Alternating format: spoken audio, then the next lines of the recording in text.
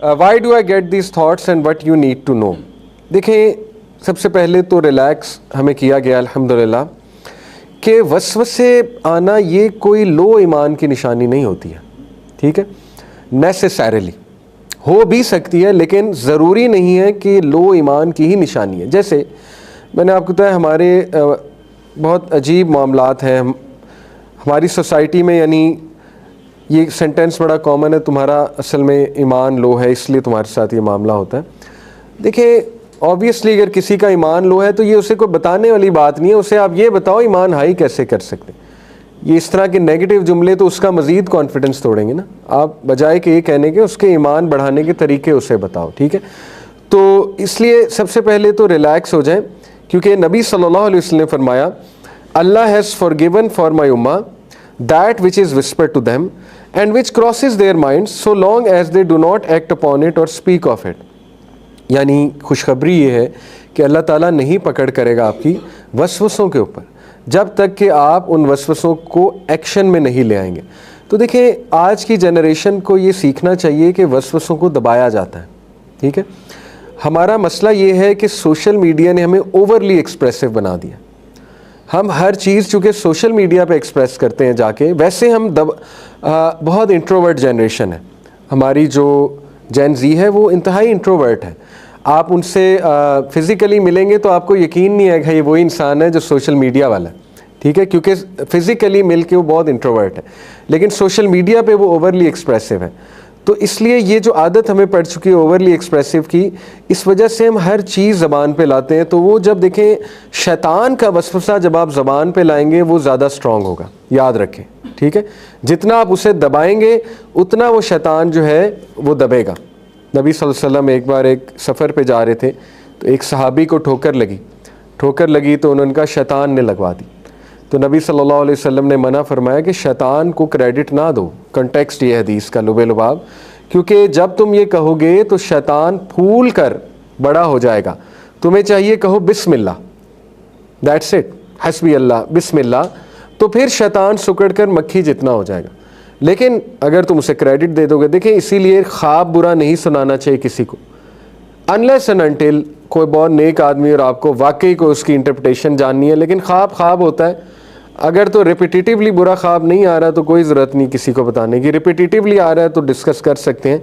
तो देखिए ख्वाब को भी मुंह पर इसीलिए नहीं लाना चाहिए बुरे ख्वाब को, शैतान फिर एक्टिव होता है मज़ीद। देखें शैतान जब आपको मज़ीद फियर में देखता है ना, फियरफुल, तो वो मज़ीद हमला करता है, वो एनर्जी पकड़ता है उसको मज़ीद, वो फिर उसको लुत्फ़ आता है ना कि देखो इसको मैंने परेशान कर दिया, ये तो पीस ऑफ केक है, ठीक है, तो वो फिर मज़ीद उस पर अटैक करता है। तो आज हमें सीखना है इंशाल्लाह हमारी जनरेशन को कि थॉट्स को दबाना चाहिए, और जितना आप थॉट्स को मुंह पर लेकर आएंगे उतना आपके लिए नुकसान हो जाएगा, और वो फिर it can cause OCD as well, ठीक है। तो बड़े बुरे थॉट्स आते हैं। देखें सहाबा को ऐसे थॉट्स आते थे। नबी सल्लल्लाहु अलैहि वसल्लम ने हदीस आपके सामने रखता हूँ,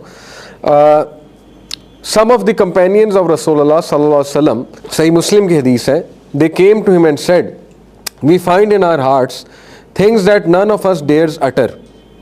हमारे दिल में ऐसे वसाविस आते हैं कि हमारी जुर्रत नहीं है हम उन्हें ज़ुबान पर ले आएं। नबी सल्लल्लाहु अलैहि वसल्लम ने फरमाया do you really find that, क्या ऐसा ही है? They said yes. नबी सल्लल्लाहु अलैहि वसल्लम ने कहा यही तो ईमान है, यही तो ऐन ईमान है। तो you have to understand, you have to go to the right person. आज आप किसी आमिल पीर बाबा के पास चले जाएं, उन्हें जाके बताएं कि मेरे थॉट्स मुझे ऐसे आते हैं, ख्वाब ऐसे आते हैं, वो कहेंगे यही तो जादू है। नबी सल्लल्लाहु अलैहि वसल्लम ने फरमाया यही तो ईमान है, वो आगे से कहेगा यही तो जादू है, ये तो आप पे एक जिन्नों का कबीला आया हुआ है, ठीक है, और अब आपको ये करना पड़ेगा, मुर्गी का सर लेके जो है ना वो आपको जलाना पड़ेगा, या जो है ना वो छींचड़े आपको चीलों को खिलाने पड़ेंगे, नहर में जाके छींचड़े फेंकने पड़ेंगे आपको। तो वो तो फिर उल्टा जादू हो जाएगा आप पे। और अनफॉर्चुनेटली ये हमारी बहुत बड़ी तादाद है हमारी आवाम की जो ये करती है, और मैं हैरान हो जाता हूँ। पढ़े लिखे लोग, PhDs और अच्छे खासे पढ़े लिखे लोग, उनका अकीदा इतना वीक है। बहरहाल अल्लाह हम सबको हिदायत दे। देखिए नबी सल्लल्लाहु अलैहि वसल्लम was very positive human being, और उन्होंने सहाबा को हमेशा पॉजिटिव बात ही बताई है। उन्होंने ये कहा कि ये ईमान है, इससे मुराद ये है कि देखो जाहिर है चोर वहीं डाका डालता है जहाँ पे कुछ सामान होता है। बताने का मकसद ये है कि अगर तुम्हें वसवसे ज़्यादा आ रहे हैं तो शैतान तुमसे ज़्यादा डरता है, ठीक है। देखिए, जिस बंदे को आ ही नहीं रहे वो तो अनफॉर्चुनेटली वो तो शैतान है, वो तो उसका साथी है ना, ठीक है, वो तो पहले ही साथ मिला हुआ है। जिसको आ रहे हैं और नमाज में अगर ज़्यादा आ रहे हैं तो ये तो इसका मतलब है उसको आपकी नमाज बहुत बुरी लग रही है, इसका तो सीधा सीधा ये मतलब है, ठीक है। यानी उसकी जान निकल रही है आपके शैतान की कि ये नमाज क्यों पढ़ रहा है, ठीक है, और उसकी जान निकल रही है कि ये कहीं तौबा ना कर ले, ये कहीं ठीक ना हो जाए, ठीक है। तो बड़े लोगों को वसवसे आते हैं। देखें, अब एक वसवसा ये आता है कि यार मैं ख़ुद तो अमल नहीं करता, दूसरों को क्या बताऊँ, ये भी वसवसा है। वो वाला रवैया गलत है कि आप दूसरों को बताएं और ख़ुद बहुत बड़े मुनाफिक हों, वो रवैया गलत है। लेकिन ये बिल्कुल गलत नहीं है कि मिसाल के तौर पे अब एक फ़ादर को ये वसवसा है या एक सिस्टर को ये वसवसा है, लेट से अब उसने मिसाल के तौर पे नया हिजाब शुरू किया उस सिस्टर ने, अब उसे कोई वसवसा दे कि लो जी आप तो गाने भी सुनती हैं और हिजाब भी करती हैं, ये क्या डिस्क्रिपेंसी है। अब उसे वसवसा है कि छोड़ो फिर हिजाब ही मैं उतार देती हूँ क्योंकि गाने तो मैं सुनती हूँ। तो ये कितना बड़ा वसवसा है, ठीक है, शैतान का।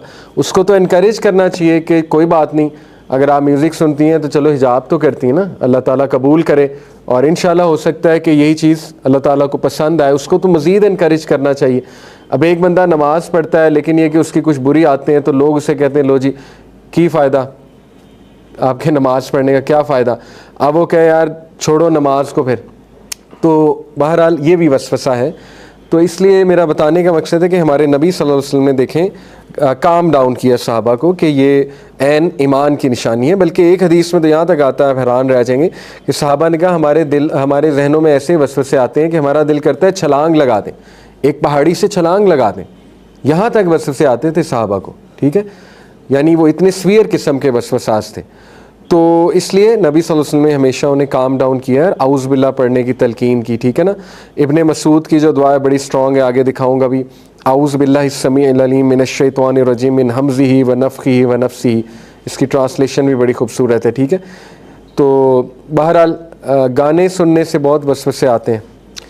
देखिए, मैं म्यूज़िक इंडस्ट्री जो है, कुछ लोग मुझे कहते हैं कि आपका बड़ा सख्त ओपिनियन है इसमें और आप यंगस्टर्स को डायरेक्ट कह देते हैं हराम है, वो डर के भाग जाएंगे, तो आप ज़रा हाथ होला रखा करें। बात असल में ये है कि मैंने म्यूज़िक इंडस्ट्री को और म्यूज़िक को हर एंगल से पढ़ लिया, इसलिए मेरे पास कोई लचक नहीं यंगस्टर्स को बताने के लिए कि कोई बात नहीं सुन लो, ठीक है, कोई बात नहीं, इट्स अ स्मॉल थिंग।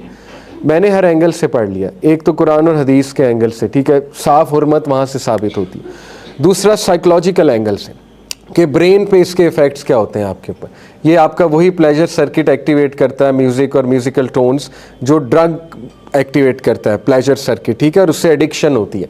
और फिर मैंने इसके ये वाले इफ़ेक्ट्स भी पढ़े हैं कि म्यूज़िक और स्पेशली टेक्नो और rock music is directly link to ये OCD और ये आपकी जो प्रॉब्लम्स होती हैं, स्ट्रेस में ज़्यादा आना, फिर एडिक्शन हो जाना, फिर बहुत ज़्यादा मूड डाउन रहना, इसका ताल्लुक म्यूज़िक से बहुत ज़्यादा है। क्योंकि जब तक आप म्यूज़िक सुन रहे हैं डोपामीन हाई है, जैसे म्यूज़िक ख़त्म हुआ डोपामीन की वैल्यू एकदम गिरी तो बाइपोलर हो जाता है, बहुत ज़्यादा बाइपोलर होता है, ठीक है। यानी एकदम बूस्ट है म्यूज़िक के ऐसे मूड बूस्ट है, जैसे म्यूज़िक ख़त्म हुआ मूड डाउन है। तो ये वाला एंगल भी पढ़ लिया। तीसरा एंगल वो सेटनिज़म वाला जो कि सबसे डेंजरस है। यानी अब तो खुल कर बोल रहे हैं म्यूजिशियंस कि हम कौन हैं और हमारा ताल्लुक़ किस इंडस्ट्री से है और हम गाने कैसे रिकॉर्ड करते हैं। अब तो वो खुल के बता रहे हैं, अब तो एक्सपोज हो गया सब। ये रिचुअल्स हैं बाकायदा, आज के सॉन्ग गंदे रिचुअल्स हैं जो बाकायदा गलीज़ हरकतें करके गाने रिकॉर्ड करते हैं। तो क्या लगता है उनकी एनर्जी हम तक नहीं ट्रांसफ़र होती होगी? आप खुद सोचें, जो बंदा शराब पी के गाना रिकॉर्ड कर रहा है तो उसकी आवाज़ की एनर्जी नहीं है। आप खुद बताएं ना, जो बंदा सूरह अल बकरा पढ़ के आपसे बात कर रहा है उसकी एक और एनर्जी है, कुरान पढ़ के। जो बंदा गलीज़ काम करके कुछ कर रहा है उसकी एनर्जी भी तो है ना। तो उन गानों की एक एनर्जी होती है। और अगर आप मज़ीद रिसर्च करें सेटनिज़म को लेके कि क्या क्या ये करते हैं गाने रिकॉर्ड करने से पहले, एल्बम रिकॉर्ड करने से पहले, तो आप हैरान रह जाएंगे। तो बहरहाल हर एंगल से चूँकि पढ़ लिया हुआ है तो इनका एजेंडा बहुत क्लियर है, गानों में, हिप हॉप में, रैप में, ठीक है, प्रोमिस्क्विटी, मोरालिटी, जिना को आम किया जा रहा है। बाकायदा गाने ऐसे हैं कि यानी आपको वो बाकायदा चाहत अंदर से आती है गुनाह करने की।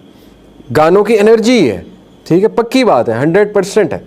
वो गाने सुनने में बहुत इनोसेंट होंगे, लेकिन वो रिकॉर्ड जिस तरह से किए गए हैं और उनके पीछे जो सबलिमिनल मैसेजेस हैं वो आपको खुदा न खास्ता गुनाहों की तरफ ले जाएंगे। तो गाने और म्यूज़िक ये one of the biggest source है OCDs की और डिप्रेशन की, एंग्जाइटी की और वसाविस की। बहुत एक्टिव हो जाते हैं, बस से बहुत एक्टिव हो जाते हैं। देखें, मेरे नज़दीक म्यूज़िक इंडस्ट्री पूरा मैजिक इंडस्ट्री है, काला जादू इंडस्ट्री, मैं तो इस हद तक कहता हूँ, ठीक है। तो जब आप वो सुनते हैं, आप पे बाकायदा काला जादू हो रहा होता है। मतलब मैं बहुत एक्सट्रीम बात कर रहा हूँ, लेकिन this is what I believe, this is what I know. May be you can disagree, but this is what I think और व्हाट आई नो। तो इसलिए under all circumstances you should avoid. तो खैर वापस आते हैं, टॉपिक कहीं और निकल गया। What is needed for the treatment, treatment के लिए जो है वो क्या किया जाए। देखें, दोनों ही चीज़ें, होलिस्टिक ट्रीटमेंट लगेगा। OCD वालों के लिए आपको ज़रूर किसी क्लिनिशियन या किसी एक्सपर्ट को दिखाना चाहिए, साइकोलॉजिकल एक्सपर्ट, क्योंकि उनके पास पूरी थेरेपीज़ होती हैं, बाकायदा थेरेपेटिक प्रोग्राम्स होते हैं जो आपको, जिससे वो गो थ्रू कराते हैं, और they are beneficial to some extent. लेकिन ऑन दी अदर हैंड आपको किसी इमाम और किसी रिलीजियस स्कॉलर से भी ये मसला डिस्कस करना चाहिए, ताकि वो आपको रेलेवेंट दुआएं बताएं, ठीक है, और कुछ हदीस सुनाएं और कुछ अज़कार बताएं मे बी, जिससे इंशाल्लाह ये मसला हल होने के इंशाल्लाह बहुत चांसेस हैं, और कुछ आपको एक रूटीन डिज़ाइन करके दे, ठीक है। तो इसमें जो वसवसे होते हैं, देखें इंटरेस्टिंग बात है कि अल्लाह रब्बुल आलमीन ने वसवसों का जब जिक्र किया है तो सदर का जिक्र किया, अल्लज़ी युवस्विसु फ़ी सुदूरिन्नास। सदर जो है ये चेस्ट को कहते हैं, ठीक है, अरबिक में। तो शैतान जो है बेसिकली वो सदर पे अटैक करता है, चेस्ट पे और हार्ट पर अटैक करता है, और heart is your spiritual core.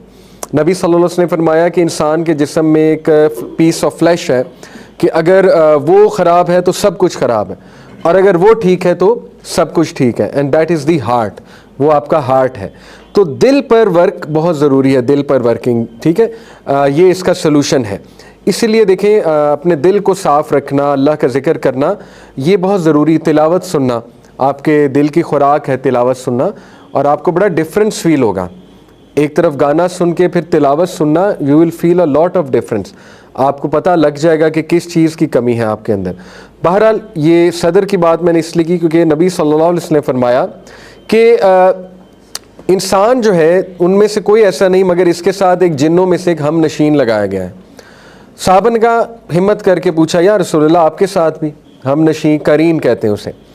आप सबसे ने फरमाया मेरे साथ भी, लेकिन ये अल्लाह ताला ने इस पर मेरी मदद की है कि वो मुसलमान हो गया और मुझे सिर्फ नेकी का हुक्म देता है। सुभान अल्लाह, यानी हमारे नबी में इतनी पावर थी, तो अल्लाह के नबी ने कहा मैंने तो उसे कायल कर लिया नेकी के ऊपर, मुसलमान कर लिया, लेकिन ज़ाहिर है कि हम नबी नहीं हैं। तो ये जो करीन है इसका कुरान में भी जिक्र है। ये है सूरह काफ की आयत नंबर 27, क़ाला क़रीनुहु, उसका करीन उस दिन कहेगा क़यामत वाले दिन, रब्बना मा अतग़यतुहु वलाकिन काना फ़ी ज़लालिन बईद, ए मेरे रब, I did not make him transgress, मैंने इसे गुमराह नहीं किया, he himself was in extreme error. अच्छा, ये जुमला अल्लाह सुब्हानहू तआला क्यों बता रहे हैं करीन का? क्योंकि अल्लाह ताला इंसान को ये बावर करा रहा है कि शैतान का भी एक हद तक रोल है, ठीक है। शैतान से इतनी को ज़्यादा डरने की ज़रूरत नहीं है। शैतान तो उज़र पेश कर रहा है, वो तो कह रहा है मेरा तो इस पर कंट्रोल नहीं था अल्लाह ताला, मैंने तो सिर्फ थॉट्स डाले थे, वसवसे डाले थे, करने वाला ये खुद था। इससे साबित होता है कि शैतान एक हद तक बस आप पे अटैक कर सकता है। तो इससे ये भी साबित होता है, देखें कि कुछ लोग जादू और इन चीज़ों से ना बहुत डर जाते हैं, तो डरने की कोई बात नहीं है। शैतान जो है वो उसका कंट्रोल को ख़ास नहीं है। स्पेशली अगर आप नमाज़ पढ़ रहे हैं, अज़कार कर रहे हैं, सूरह फलक सूरह नास पढ़ रहे हैं, ठीक है, रेगुलर कुरान पढ़ते हैं, इंशाल्लाह वो तो वैसे ही आपकी बड़ी हिफाजत होती है। लेकिन करीन हमारे साथ लगा हुआ है।